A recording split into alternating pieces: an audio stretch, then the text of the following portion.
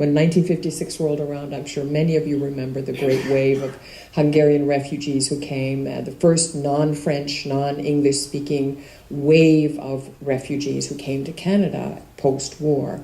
And 37,565, and he was one of them, actually arriving in May of 57. And by that time, in May of 57, he had crossed the border in a very precarious way. That's also written down. He took part in the fighting, and obviously in his entire unit basically stood over or went over to defected to the revolutionaries. So he was a hunted man in Hungary at that time, as well as everyone in his unit. So Frank had to leave. And there's a very poignant story, a very heartbreaking story of how he says goodbye to his parents.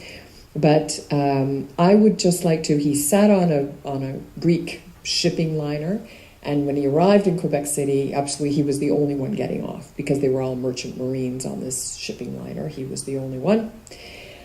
I just want to read you the brief episode of, again, how someone who with nothing or with challenges turns it around to his benefit.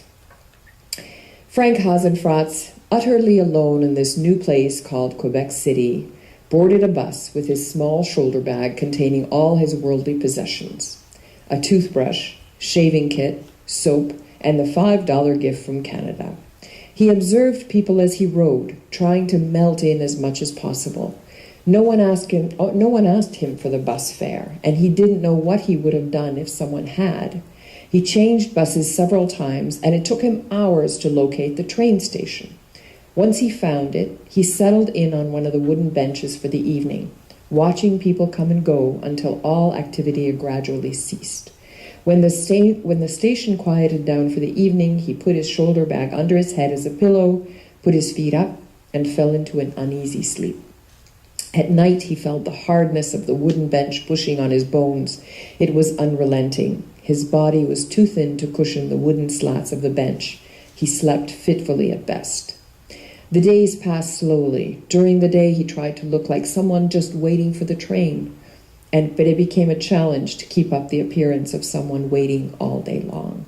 Eventually, the station guards and railroad personnel couldn't help but notice the young man who was sleeping on the bench in the railway station.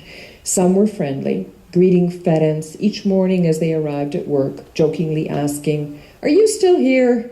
One railway employee bought him an apple every morning. His status was a lesson in humility. When you walk down the street and you see a homeless person, don't judge too easily. They could have a mental problem or a physical problem or both. That experience taught me never to judge a homeless person. Facilities were available, but he needed a job. I washed every day at the station's washroom, shaved every day, but I washed only from the waist up. I must have smelled like you wouldn't believe. So I asked how I could get a job somewhere. I was told, "You want a job? Go to the car dealers, wash cars." Ferenc didn't have any idea what a car dealership was, or even where they were, since there was nothing like that in Hungary.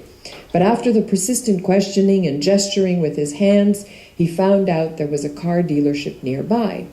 I was paid 25 cents to wash a car. Well, I could wash 2-3 cars in an hour, making 75 cents. A loaf of bread was 18 cents. A quart of milk was 19. I could live on a loaf of bread and a quart of milk each day without a problem. I saved money and had very few expenses. I made $4 or $5 washing cars. I didn't need more than that, maybe $1. That's all I spent. Shaving cream I had, soap I had.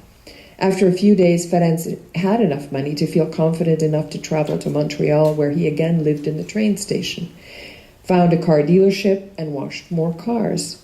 He communicated in any way possible. You can communicate if you want to, with your hands, with whatever. I spoke a few words of English by then and made myself understood. From Montreal, he continued traveling west to Toronto.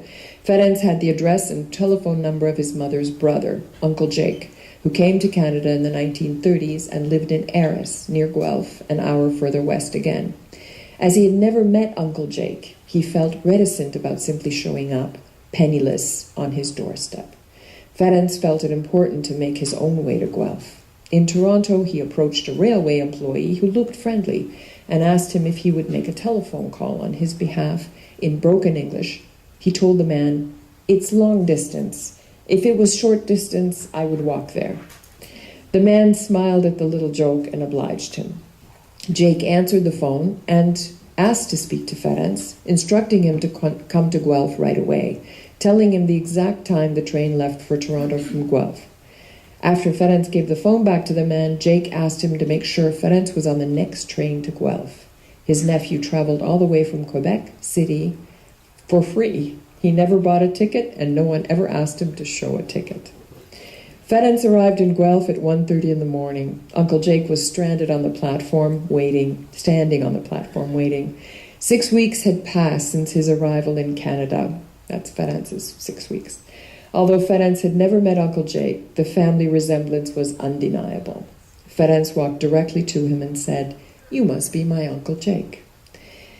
They shook hands and hugged each other warmly. Then Jake asked, "Are you hungry?" Ferenc replied that he was indeed very hungry. Jake guided him to a restaurant called the Intercontinental, directly across from the train station. "Why don't we eat here?" Jake asked. "You can tell me why everyone is looking at you. Nobody knows where you disappeared to."